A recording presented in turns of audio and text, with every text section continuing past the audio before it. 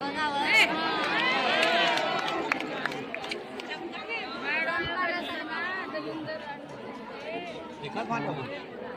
तो नहीं, अभी स्टार्ट कर रहे हैं। अरे नहीं आएगा, पिक्चर नहीं हुआ। नहीं हुआ।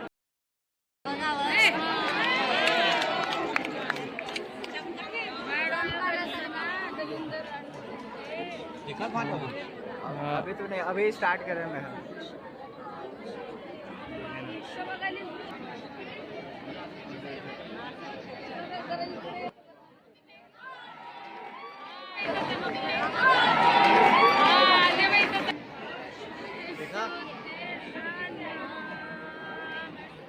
जितने लोग भी आज पहली बार आए हैं आप अपनी अपनी जगह पे बैठ जाएं। जितने लोग भी आज पहली बार आए हैं अपने अपने स्थान पे बैठ जाएं।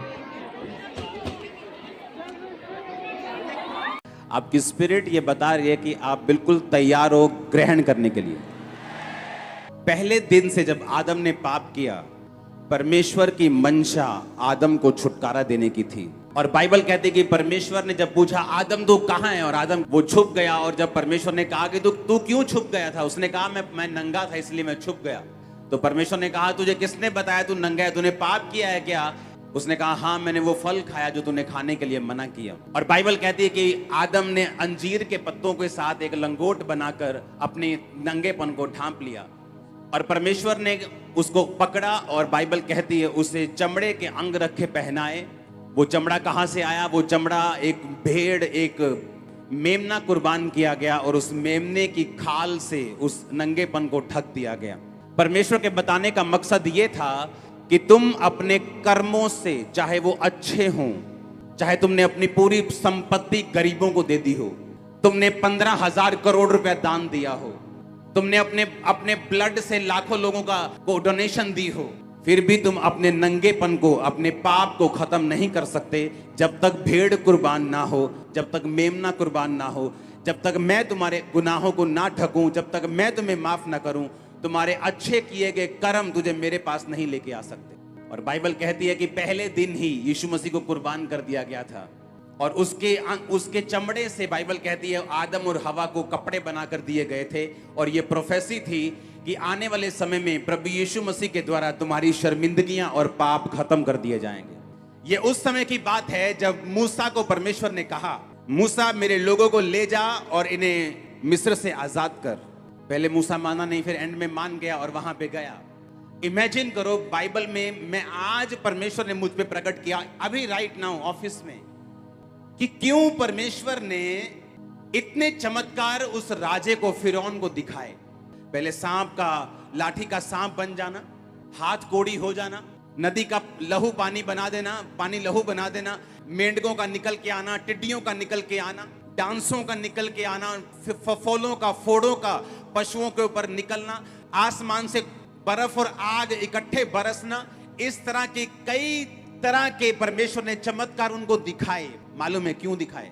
परमेश्वर 2-4 दिखा सकता था, लेकिन इतने मिरेकल परमेश्वर ने फिरौन को क्यों दिखाए? और बाइबल कहती है बार बार फिरौन के मन को कठोर परमेश्वर कर देता था। हर बार वो चमत्कार देख के बोलता था हाँ मैं अब की बार इन लोगों को आजाद कर दूंगा। और जैसे ही फिर से वो हटती थी बीमारी, बोलता था कि नहीं इनको मैं आजाद नहीं करूंगा। परमेश्वर ने कहा मैंने जानबूझ के उनके मनों को कठोर कर दिया। कारण पता क्या था? डिलीवरेंस। कारण था परमेश्वर अपने लोगों को आजाद करना चाहता था। आप बोलोगे ये कैसे?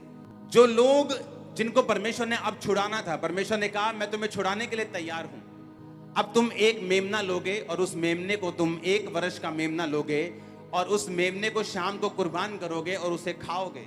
अगर परमेश्वर बहुत सारे चमत्कार राजा फिरौन के ऊपर ना दिखाता, मैं आपको गारंटी देता हूं कि इस रीति और इस रस्म में जो सारे इजरायली शामिल हुए थे उनमें से 50% मिस हो जाते। परमेश्वर ने इतने मिरेकल्स दिखाए, इतने मिरेकल्स दिखाए, इतने मिरेकल्स दिखाए कि उनको मालूम था कि अगर परमेश्वर कहता है कि तुम इस बकरे को खाने से आजाद हो जाओगे तो ऐसा होगा। क्यों? क्योंकि हमने ओलों के साथ आग बरसती देखी है। हमने देखा जब अंधेरा हुआ तो हमारी बस्ती में अंधेरा नहीं हुआ, लेकिन पूरे मिस्र में अंधेरा हो गया। जब उसने कहा कि ओले बरसेंगे और तुम्हारे पशु मर जाएंगे, वो सामने वो मोहल्ले के सारे पशु मर गए, लेकिन इस मोहल्ले जहां इजरायली रहते थे एक भी पशु नहीं मरा। उन्होंने अनकाउंटेबल मिरेकल्स को देखा। उन्हें मालूम था कि मूसा सच्चा दास है और यहोवा सच्चा परमेश्वर है, और जो ये कहेगा वो होगा। और तब मुझे समझ आया कि क्यों परमेश्वर ने इतने मिरेकल्स दिखाए और बार बार राजा के मन को कठोर किया, क्योंकि परमेश्वर को मालूम था कि अगर मैं एकदम से इनको बोलूंगा कि सारे जने मेमना खाओ, उस रात बहुत से लोग दारू पीने में चले जाएंगे। बहुत से लोग बोले ये क्या बकवास कर रहा है मूसा, ये क्या मेमना शेमना खाने के लिए बोल रहा है, हम नहीं आएंगे। और जो बिलीव करते वो छूट जाते और आधे पीछे रह जाते। उनके मनों को तैयार करने के लिए परमेश्वर ने कितने मिरेकल्स मिस्र में दिखाए। पानी का लहू बनना आसान बात नहीं। मिस्र देश के 97% पॉपुलेशन उस पानी पे निर्भर करती है। आज भी पढ़ो नील नदी की हिस्ट्री, आज भी उस देश के 90% से ज्यादा जनसंख्या उस नील नदी के किनारों में रहती है। और जब मूसा ने उस नील नदी के पानी पर मारा, हारून ने मारा, तो वो लहू बन गया और पानी पीने के योग्य नहीं था। हजारों किलोमीटर की नदी लहू बन गई थी। इतने बड़े बड़े चमत्कार देखने के बाद उनको मालूम था कि अब अगर परमेश्वर कुछ कहता है उसमें सेंस भी है और उसमें छुटकारा भी है। और जब उन्होंने कहा कि जब तुम मेमना खाने के लिए बैठोगे तो उसकी विधि मैं तुम्हें सिखाता हूं। हमें लगता है परमेश्वर हमें मांस खाने के लिए कह रहे हैं, ऐसा नहीं है। वो हमें कुछ सिखा रहा था। उन चंद लाख लोगों में से परमेश्वर एक एग्जाम्पल तैयार करके आने वाले लाखों करोड़ों लोग, जो हम इस समय 800 करोड़ दुनिया में पहुंच जाएंगे, जिनमें से 370 करोड़ ऑलरेडी यीशु मसीह को मानते हैं। परमेश्वर को करोड़ों लोगों की चिंता थी जो आज हम हैं, ताकि उस एग्जाम्पल से परमेश्वर हमें छुटकारे का तरीका बता सके। अब मूसा ने कहा कि तुम्हारा मेमना 1 साल का हो, यानी निर्दोष हो। उसने कहा वो मेमना 1 साल से ऊपर नहीं होना चाहिए, चाहे भेड़ों में से लेना चाहे बकरियों में से, पर 1 साल का हो। वो 1 साल का मेमना जो निर्दोष था वो कौन था? बोलो प्रभु यीशु मसीह। पतरस ने कहा तुम्हारा छुटकारा लहू सोने और चांदी ने नहीं किया, तुम्हारी भेंटों ने नहीं किया, पर निर्दोष और निष्कलंक मेमने अर्थात मसीह के बहुमूल्य लहू के द्वारा हुआ है। किसी ने बंद गोभी खाई है? कड़वी वाली, अमेरिका में मिलती है या कहीं यहाँ भी कहीं मिलती, खाई है कि नहीं? वो लेटस होती, थोड़ी कड़वी होती, वो सैलेड कड़वा होता थोड़ा सा। परमेश्वर ने कहा जब तुम मेमना खाओगे तो कड़वे साग पात के साथ खाना। मेमना खाना मतलब छुटकारा लेना, हाँ या ना? पर मेमना खाने की विधि है, मेमना खाने का तरीका है। उसने कहा जब तुम यीशु मसीह को ग्रहण करना, मेमना खाने का मतलब क्या है? यीशु मसीह को ग्रहण करना अपने उद्धारकर्ता के रूप में। उसका मतलब ये नहीं आप घर जाके आज बकरा बना लो, आप मीट नहीं खाते कोई प्रॉब्लम नहीं, ना तो बाइबल खाने के लिए बोलती है ना खाने के लिए बोलती है। मेमना खाने का मतलब क्या है? यीशु मसीह को ग्रहण करना। कहता जब तुम मेमना खाओ, जब तुम जीसस क्राइस्ट को ग्रहण करो तो कड़वे साग पात के साथ खाना।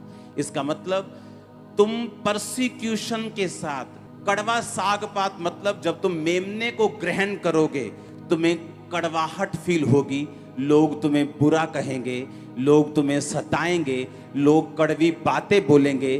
तुम अगर कड़वे साग पात के साथ मेमना नहीं खाओगे तो तुमने विधि को पूरा नहीं किया है।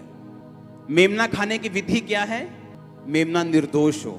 लाखों कुर्बानियां हुई होंगी, खुदा के दासों ने भी दी हैं, लोगों ने भी दी हैं, हजारों लाखों कुर्बानियां हुई हैं, हाँ।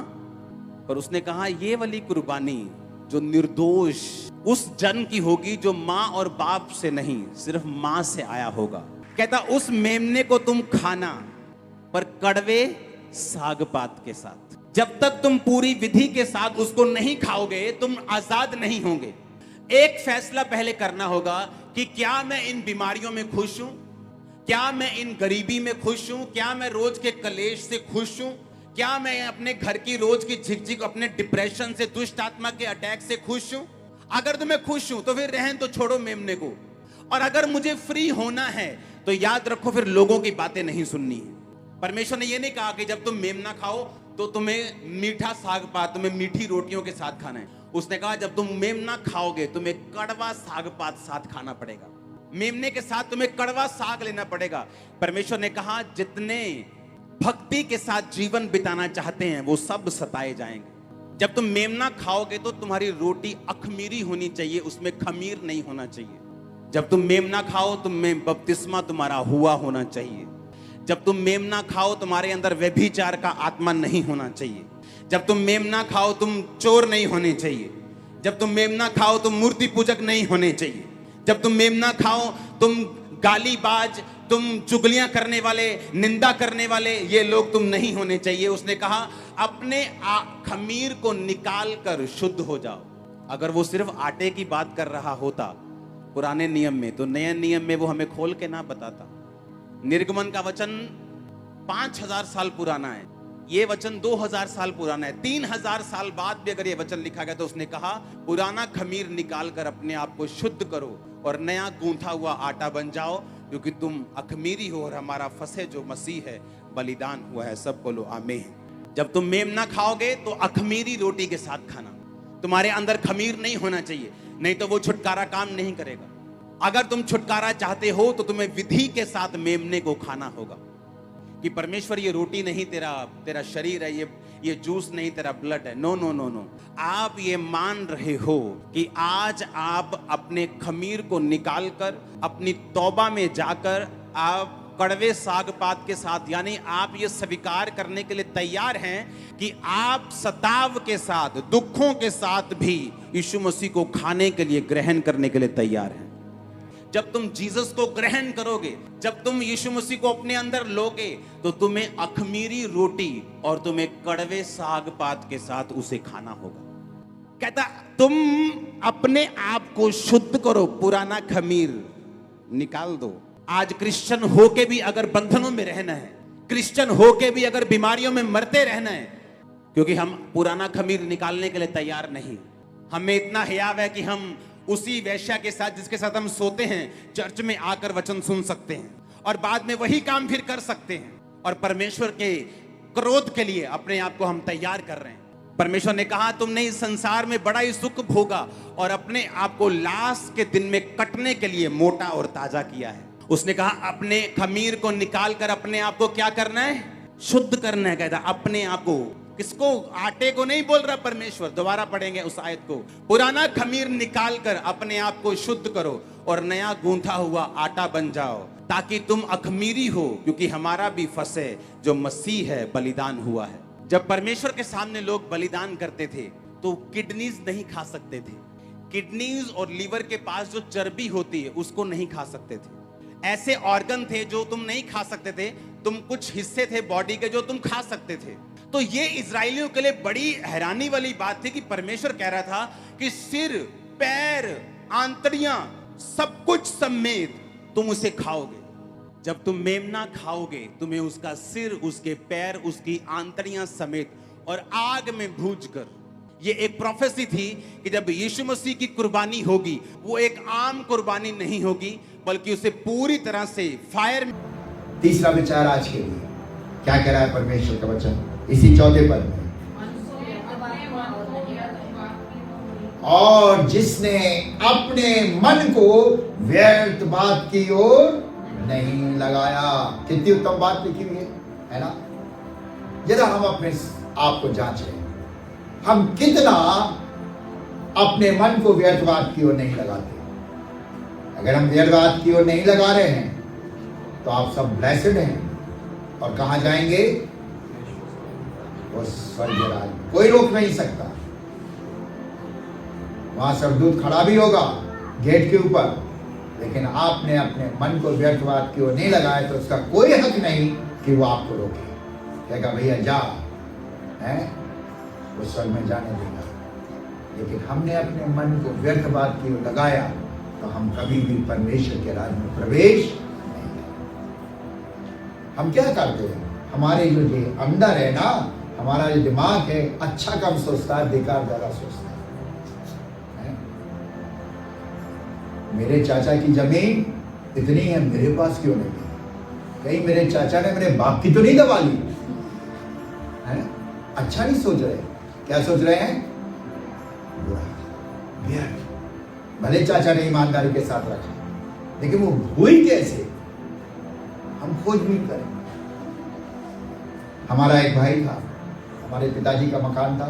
जब हमारा लोग छोटे थे तो हमारे पिताजी ने बहुत बड़ा मकान और जमीन थी, वो मात्र कौड़ी के भाव में, क्योंकि उनको अटैक आ गया था, कौड़ी के भाव में बेच दिया। तो हमारा एक भाई क्या कहता, अरे अपन तो ले सकते, अपन तो बच्चे थे उस समय, हमें क्या मालूम कि हमारे पिताजी ने कब बेच दिया। देखिए, ये है हमारा दिमाग कहाँ सोच रहा है, व्यर्थ बात जिसका कोई महत्व नहीं है। मेरे प्रियो, परमेश्वर मुझसे और आपसे कह रहा है, हम व्यर्थ बातों को विचार कर कभी भी परमेश्वर के राज्य में प्रवेश नहीं करें। और इसलिए दाऊद ने पहले ही भजन के अंदर बहुत सुंदर बात लिखी है। क्या लिखी है? पहला भजन 1 अध्याय उसका 2 पद।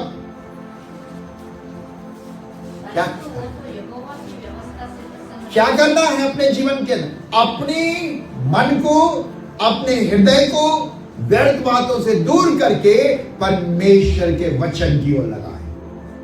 कहां लगाएं? बोलो ना बाबा, वचन की ओर। इसी में तो उत्तमता है। लेकिन आज हम क्या करते हैं मालूम है? जब फालतू बैठे स्क्रॉल करते रहते हैं, है ना, पूरा मोबाइल रात से लेकर दिन तक क्या हो रहा है? उस पर बैठ के प्रभु के वचन को नहीं सीखते। प्रभु के वचन को, ये कौन सा एडवर्टाइजमेंट आया, ये कौन सी पिक्चर निकल रही है, ये आज कौन सी चीज हुई है, हम इससे देखते हैं। क्या हम परमेश्वर के राज्य में प्रवेश करेंगे? क्या हम परमेश्वर की महिमा को देखने पाएंगे? जितना आप फेसबुक पे बैठे हैं, जितना आप और चीजों पर बैठे हैं, उतना अगर आप प्रभु के चरणों में बैठकर परमेश्वर के वचन को पढ़ेंगे, परमेश्वर के साथ समय व्यतीत करेंगे, तो परमेश्वर प्रसन्न होगा। परमेश्वर प्रसन्न होगा और आपके लिए वो द्वार खुला रहेगा। आप उस पर्वत पर प्रवेश करने पाएंगे, परमेश्वर के समीप रहने पाएंगे। और इसलिए देखिए, यिर्मयाह की पुस्तक उसका 2 अध्याय 1 पद पढ़िए, वहां क्या लिखा है? यिर्मयाह की पुस्तक उसका 2 अध्याय 1 पद। मेरे पास पहुंचा। हाँ पढ़ो। जा और यरूशलेम में पुकार कर यह सुना दे, यहोवा यह कहता है, तेरी जवानी का स्नेह और तेरे विवाह के समय का प्रेम मुझे स्मरण आता है कि तू कैसे जंगल में मेरे पीछे पीछे चली, जहाँ भूमि ज्योति बोई न गई थी। हाँ, कहता है मुझे वो स्मरण आता है कि जवानी में तू मेरे साथ कैसे चल रही थी। लेकिन अब क्या हो गया? अब क्या हो गया? व्यर्थ बातों की ओर चले गए, है ना। हम शुरू में बहुत उतावले होते हैं, हर दिन हमारे अंदर गर्मी भरी रहती है। Hallelujah, praise the Lord. जैसे ही हम बढ़ते ठंडे होते हैं। और ये ठंडापन हमें कहाँ ले जाता है? परमेश्वर की नजदीकी में नहीं ले जाता, परमेश्वर के घर में नहीं ले जाता, और कहाँ ले जाता है? नरक की। प्रभु नहीं चाहता हम नरक में जाए। जिस दिन हमारे अंदर प्रभु का बीज आ गया, उस दिन से लेकर अंतिम दिन तक हमें गर्माहट में बने रहना। इसलिए पौलुस कहता है, आत्मा से परिपूर्ण होते जाओ। हम संडे थोड़ा सा घर में आते हैं, फिर पूरे सप्ताह क्या होते हैं? ठंडे रहते। प्रभु का धन्यवाद हो, कॉटेज मीटिंग कराने वाले कम से कम यहाँ कॉटेज मीटिंग करा लेते हैं, है ना। तो 8-10 लोग इकट्ठे हो जाते हैं। और किसी के घर में हो तो शायद मुश्किल से 5-7 लोग मिल जाए, है ना। हम दूरी जाने नहीं, सेक्रीफाइस करना नहीं मांगते, और क्या चाहते हैं? स्वर्ग मिल जाए हमें, प्रभु का घर मिल जाए हमें। प्रभु का घर ऐसे नहीं मिलेगा। प्रभु के घर में जाने के लिए हमारे अंदर जो आरंभ का प्यार था, वही प्यार अंत तक बना रहे। जिस पति पत्नी में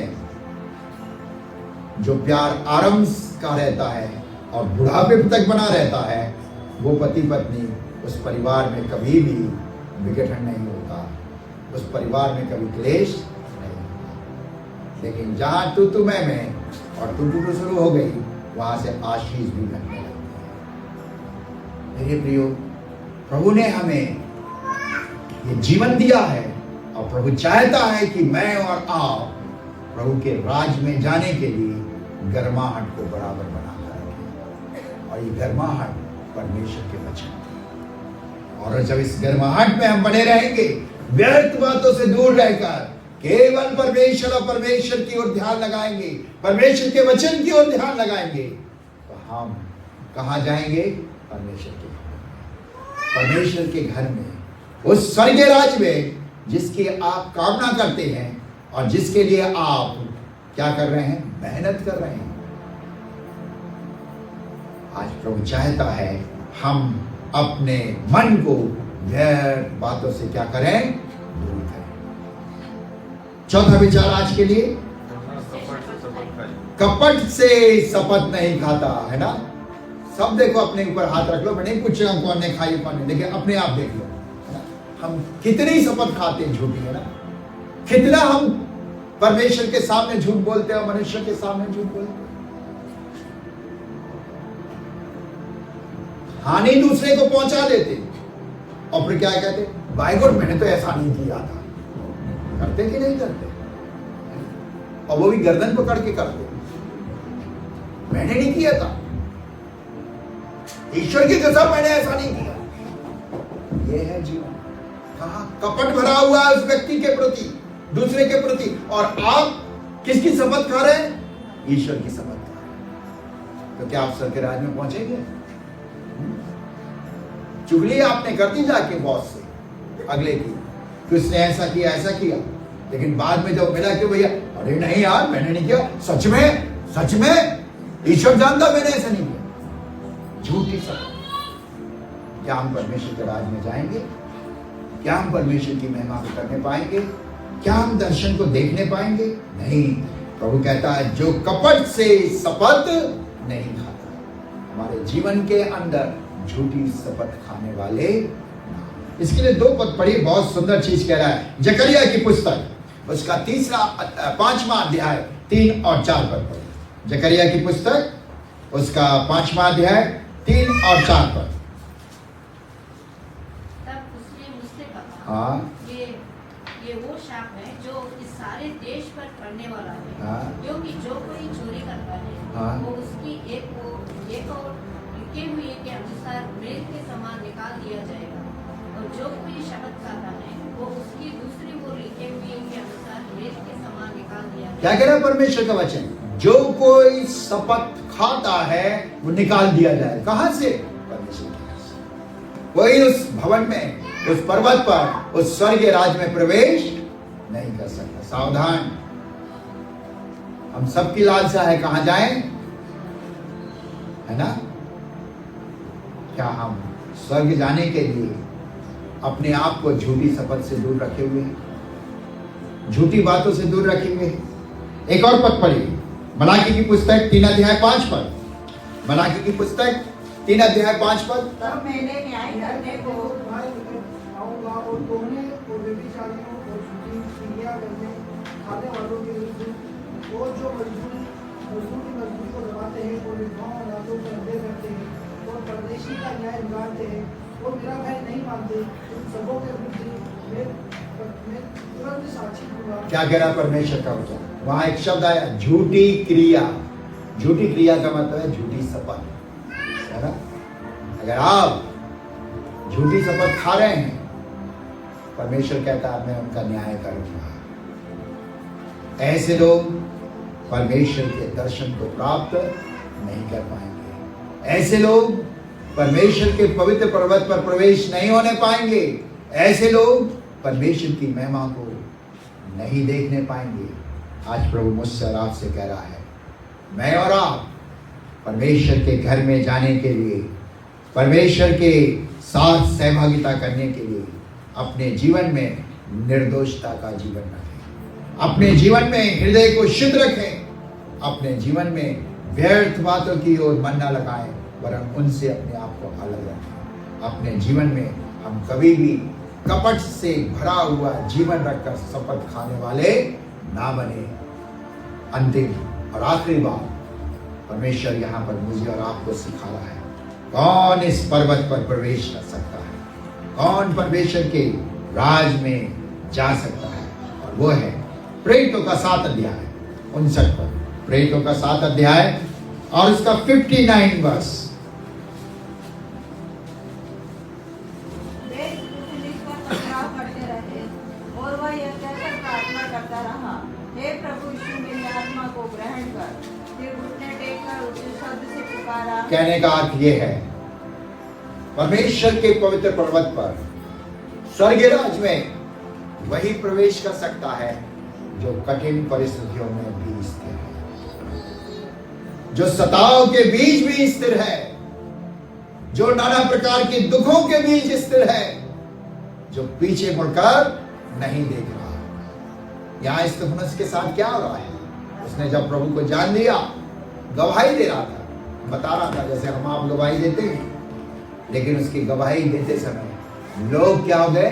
चिढ़ गए। सच्चाई को लोग आज स्वीकार नहीं करना चाहिए, सुनना पसंद नहीं करते, और सच्चाई को दबाने के लिए लोग चाहते आदमी को हटा दिया जाए। अब कितने आदमियों को हटाएंगे, है ना? सच्चाई कभी हटती नहीं है, दबती नहीं है। ये तो जब यीशु मसीह पैदा हुआ उसी दिन से इस सच्चाई को दमन करने की कोशिश की गई। आज 2025 वर्ष हो चुके हैं, क्या वो सच्चाई समाप्त हुई? बढ़ती चली जा रही है और आगे भी बढ़ेगी।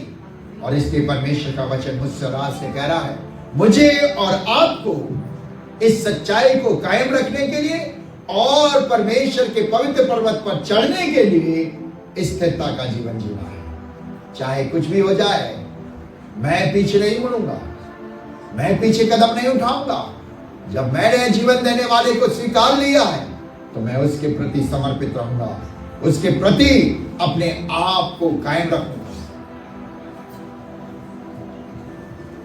पौलुस क्या कहता है जब 21वें अध्याय को पढ़ते हैं प्रेरितों के, और उसके 13वें पद में बहुत उसके साथ सताव हो रहा था और लोगों ने उसे समझाया तू इस स्थान में मत जा, तेरे लिए कठिनाइयां हैं, समस्याएं हैं, परेशानियां हैं, लोग तेरे दुश्मन हो गए।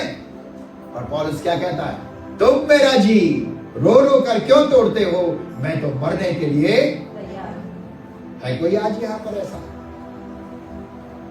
अगर ऐसा है तो निश्चय आप परमेश्वर के घर में प्रवेश करेंगे। अगर आप जब कठिनाई आ रही है, पीड़ाएं आ रही है, सताव आ रहा है, तब आप कह रहे नहीं नहीं नहीं, मैं तो यीशु मसीह को नहीं जानता, मैं तो ऐसे चला जाता था, मैं उसे नहीं मानता, तो ऐसा व्यक्ति कभी परमेश्वर के घर में प्रवेश नहीं करेगा। अगर दूसरा कुरिन्थियों उसका 11वां अध्याय और 23 पद से आगे आप पढ़ना, पौलुस के लिए, उसके दर्दों के लिए, उसकी पीड़ाओं का वर्णन वहां परमेश्वर की आत्मा ने किया है। और यहां तक उसका वर्णन पाया गया, उसको दर्द इतना दिया गया, लिखा है उसे 5 बार 39 कोड़े। क्या उसने इनकार कर दिया? क्या वो पीछे मुड़ गया? क्या वो पीछे मुड़कर कहता नहीं नहीं मैं यीशु मसीह को नहीं जानता? नहीं, वो प्रभु के लिए सर्वदा खड़ा रहा, वेदनाओं को सहते रहा और इस बात को कहने पाया, जीवित रहना मेरे लिए मसीह और मर जाना मेरे लिए। मेरे प्रियो, पवित्र पर्वत पर प्रवेश करना है, स्वर्गीय राज्य में जाना है, तो प्रभु मुझसे और आपसे चाहता है मैं और आप इन कठिन परिस्थितियों में स्थिर बने रहें, स्थिर बने रहें। चाहे जीवन में कितने ही उतार और चढ़ाव और तूफान आए, हम प्रभु का इनकार करने वाले ना। इसलिए तो प्रभु यीशु मसीह ने कहा, जो मेरे पीछे आए वो अपने हल को उठाए। अर्थात कठिनाइयां आएंगी, परेशानियां आएंगी, समस्याएं आएंगी, दुख आएगा, सताव आएगा, तुम्हें बंदीगृह में डाला जाएगा, सब कुछ होगा। अगर तुम इन सबको सहने के लिए तैयार हो तो तुम मेरे पीछे आओ और तुम मेरे चेले हो, और तुम ऐसे कष्ट को झेलने के बाद कहां पहुंचने पाओगे? परमेश्वर के पवित्र पर्वत पर। परमेश्वर हम सबकी सहायता करे कि मैं और आप अपने व्यक्तिगत जीवन के अंदर स्वार्थ रहित जीवन के जिए, अपने व्यक्तिगत जीवन में अपने हृदय को शुद्ध रखें, अपने व्यक्तिगत जीवन में बेकार की बातों से दूर होकर परमेश्वर की ओर ध्यान लगाने वाले रहें। अपने व्यक्तिगत जीवन में कभी भी झूठी शपथ ना खाएं, अपने व्यक्तिगत जीवन में स्थिरता के साथ खड़े रहें। आइए हम प्रार्थना करें, अपने सरों को झुकाएं।